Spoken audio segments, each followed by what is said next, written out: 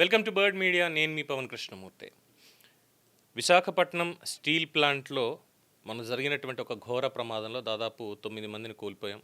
ఒకళ్ళు ఇంకా చావు బతుకుల మధ్య ఉన్నారు, కొంతమంది గాయపడ్డారు. సరే, వాళ్ళకి ఇనిషియల్గా ఒక 25 లక్షల చెక్ ఇవన్నీ కూడా నిన్నే అందజేయడం జరిగింది. అట్ ద సేమ్ టైం వాళ్ళకి మొత్తం 1,72,00,000 రూపాయలు పర్మనెంట్ ఎంప్లాయీస్కి, అలాగే కాంట్రాక్ట్ ఎంప్లాయీస్కి 47 లక్షలు. ఇవి కాకుండా వాళ్ళ ఇళ్లలో వాళ్ళ పిల్లలకి పూర్తిగా చదువు, వైద్యం, అట్ ద సేమ్ టైం వాళ్ళ కుటుంబంలో ఒకరికి శాశ్వత ఉద్యోగం, ఇవన్నీ కూడా హామీ ఇచ్చారు. అవన్నీ కూడా జరుగుతున్నాయి. సరే, అయ్యింది. ఈ ప్రమాదాలు ఏమైనా కొత్త అంటే డెఫినెట్గా కొత్త కాదు, బట్ ఇంత భారీ స్థాయిలో జరగలేదు.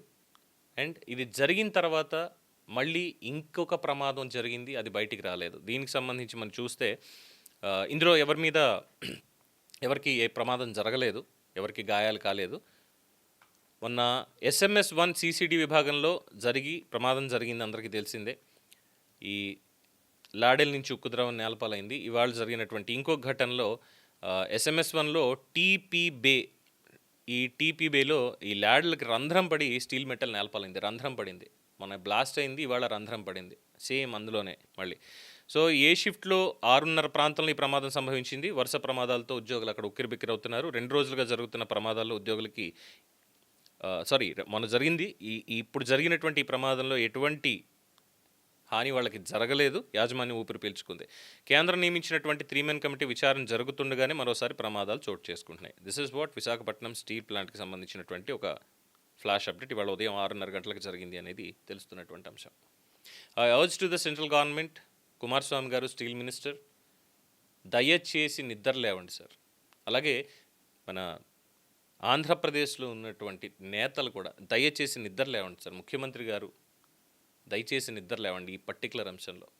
ఎందుకంటే నేను ఆల్రెడీ చూశారు ఏం జరిగింది, ఏమయ్యింది అక్కడ అనేటువంటిది. ప్రతి ఒక్కళ్ళు చెప్తున్నారు. అదే SMS-లో పనిచేసినటువంటి వాళ్ళందరూ కూడా నిన్న ఫోన్ చేసి మాట్లాడడం జరిగింది. చాలా క్లియర్గా చెప్పారు, పవన్ 35 ఏళ్ళ నుంచి సరైనటువంటి మెయింటెనెన్స్ ఇందులో ఉండట్లేదమ్మా. పైపెచ్చు ఇక్కడ చాలా రెస్ట్రిక్షన్స్ అనేవి విధించారు మాకు.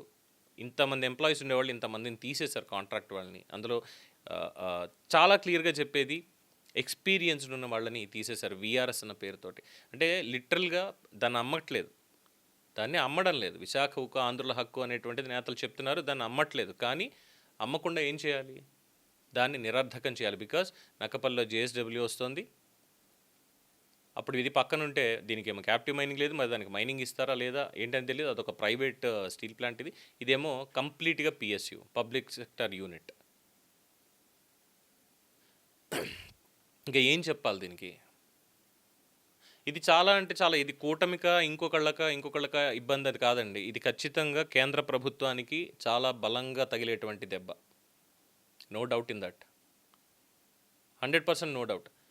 గంగవరం పోర్టు దగ్గర నుంచి విశాఖ స్టీల్ ప్లాంట్కి సంబంధించిన స్థలాలు, ఇది పెల్లెట్స్ తయారీకి సంబంధించి దాదాపుగా 1,000-2,000 ఎకరాలు అదానికి కట్టబెట్టడానికో, ఇలాంటివి ఏమైనా భారతీయ జనతా పార్టీ కేంద్రంలో NDA గవర్నమెంట్ ఏమైనా తీసుకుంటోంది అంటే మాత్రం రేపొద్దున మళ్ళీ ఇంకొక ఉక్కు ఉద్యమానికి రాష్ట్ర ప్రజలందరూ ఇర్రెస్పెక్టివ్ ఆఫ్ పార్టీస్ కలిసి వస్తారు.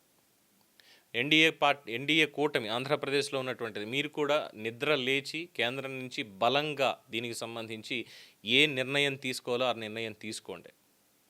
11,400 కోట్ల రూపాయల రిలీఫ్, మొత్తం ఓవరాల్గా 15,000 కోట్లు ఇచ్చారని నిన్న నారా లోకేష్ గారు చెప్పారు, పవన్ కళ్యాణ్ గారు చెప్పారు, ముఖ్యమంత్రి చంద్రబాబు నాయుడు గారు చెప్పారు, కుమారస్వామి గారు కూడా చెప్పారు. దేనికి? మెయింటెనెన్స్కి ఇచ్చారా? లేదు. VRS తీసుకునే వాళ్ళకి సెటిల్మెంట్లు చేయడానికి, అలాగే బ్యాంకుకి బకాయిలు ఏవైతే ఉన్నాయో వాటిని కట్టడానికి. వీటికి ఇచ్చేసారు, బాగానే ఉంది. మరి 35 ఏళ్ళ నుంచి పనిచేస్తున్నటువంటిది అలాగే ఉంది, దాని మెయింటెనెన్స్కి ఎవరిస్తారు? ఎక్కడి నుంచి ఇస్తారు? ఇది ప్రభుత్వం గమనించుకోవాలి. నేతలు నిద్ర లేవాలి. ఇది జస్ట్ దానికి చిల్లు పడి మెటల్ కింద కారిందంతే. ఇఫ్ నాట్ ఇంకొక బ్లాస్ట్ అయ్యి ఉంటే ఏంటి పరిస్థితి అర్థం చేసుకోవాలి. సో ఇవాళ మధ్యాహ్నం 3 గంటల నుంచి 3 తర్వాత ఖచ్చితంగా ఒక లైవ్ అనేది నేను రన్ చేస్తున్నానండి. జూమ్ లింక్ డిస్క్రిప్షన్లో కూడా ఇవ్వడం జరుగుతుంది. తర్వాత ఈవెంట్ క్రియేట్ చేసి విశాఖపట్నం స్టీల్ ప్లాంట్ ఎంప్లాయీస్ ఎవరైతే ఉన్నారో కొంతమందితో ఇంటరాక్ట్ అవ్వబోతున్నాం. డెఫినెట్గా ఇందులో వాస్తవాలు ఏంటనేది అక్కడ ఆ నిప్పుల కొలిమిలో ఉక్కు కోసం పనిచేస్తున్నటువంటి వాళ్ళ మాటల్లోని వాళ్ళ నిజాలు బయటికి తీద్దాం. ఖచ్చితంగా it's an eye opener to the central government and the state government what is happening inside the steel plant Vizag. So stay tuned for the Zoom meeting. We'll catch up. Until then, keep watching the Bird Media. ఈ video మీకు నచ్చినట్లయితే like చేయండి, share చేయండి, subscribe చేయండి. మరిన్ని అప్డేట్ల కోసం మా WhatsApp ఛానల్ను ఫాలో చేయండి.